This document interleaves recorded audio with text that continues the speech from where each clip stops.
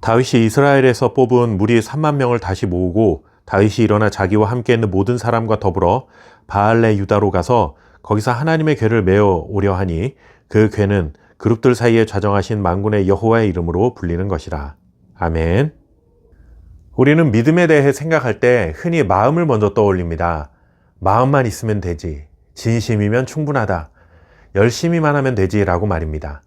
그러나 오늘 본문 말씀을 통해 믿음은 좋은 마음 혹은 진실된 마음이 전부가 아니라는 것을 깨닫게 됩니다. 마음만 뜨겁다고 해서 믿음이 되는 것이 아니고 열심만 있으면 하나님이 기뻐하시는 것이 아닙니다. 그렇다면 하나님이 기뻐하시는 믿음은 무엇일까요? 1절 말씀을 보시면 다윗은 언약궤를 예루살렘으로 옮겨오기 위해 약 3만 명이나 되는 사람들을 모았습니다. 언약궤는 하나님이 하나님의 백성들 가운데 함께 하시고 하나님의 백성들을 다스리고 계심을 상징하는 것입니다. 다윗도 언약궤가 갖고 있는 영적 의미와 중요성을 알고 있었기에 하나님 중심으로 이스라엘을 세우고 하나님 말씀으로 백성들을 통치해야겠다라는 좋은 마음으로 이 일을 시작했습니다. 다윗의 마음은 참 귀하고 하나님에 대한 그의 열망은 칭찬받아 마땅한 일이었습니다.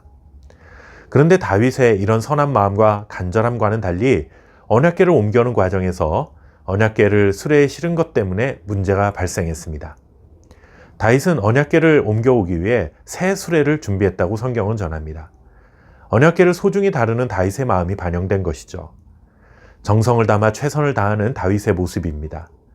그러나 아무리 정성을 쏟고 최선을 다해도 하나님이 정하신 방법이 아니라면 하나님께서 기뻐하지 않으십니다.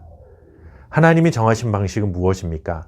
언약궤는 수레에 실어서 옮기는 것이 아니라 레위 사람들이 어깨에 메고 옮기는 것이었습니다. 믿음은 내가 편리한 방식으로 생각하고 행동하는 것이 아닙니다. 하나님을 사랑하는 마음이 거짓이라는 뜻이 아니라 아무리 진심이라 해도 하나님의 말씀에 부합해야 한다는 사실을 잊어서는 안 됩니다. 우리는 종종 이런 실수를 하죠. 하나님을 사랑하는 마음은 있는데 말씀대로 살지 않습니다. 하나님의 기쁨이 되길 원한다고 하는데 하나님이 원하시는 방식보다 자신의 방식을 따르는 것입니다. 열심은 넘치는데 하나님의 말씀에 대한 순종은 빠져 있는 것입니다. 하나님이 정말 우리에게 원하시는 것은 무엇일까요?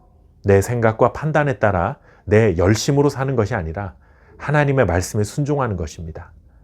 아무리 화려하고 좋은 새 수레를 만들어도 하나님이 어깨에 매라 하시면 어깨에 매야 합니다.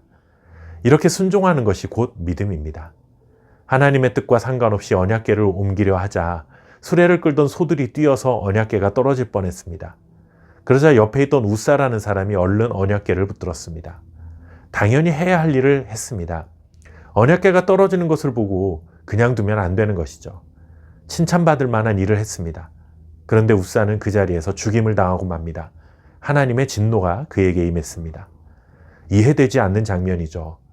그러나 우리가 기억해야 할 것은 하나님의 뜻과 상관없는 종교적인 열심, 그것이 아무리 선한 의도로 시작된 것이라 해도 결코 하나님의 기쁨이 될 수 없다는 사실입니다. 선한 의도, 좋은 마음이라는 명분으로 하나님을 내 뜻대로 움직이려 해서는 안 됩니다. 내 열심이 순종을 대신할 수 없고 좋은 마음이 불순종을 정당화할 수 없습니다. 오늘 이 말씀 앞에 우리의 모습을 한번 돌아볼 수 있기를 바랍니다. 나는 내 열심으로 사는 사람인가? 아니면 하나님의 말씀과 뜻에 따라 사는 사람인가? 내 열심을 믿음으로 착각하지 마십시오. 좋은 마음이 믿음의 증거라고 혼돈하지 마십시오. 말씀대로 살지 않으면서 하나님을 사랑한다 말해서는 안 됩니다. 하나님의 뜻과 상관없이 살면서 하나님께 예배한다고 착각해서도 안 됩니다. 믿음은 순종입니다. 언제나 하나님의 말씀을 따라 살아가는 저와 여러분 될 수 있기를 바랍니다. 감사합니다.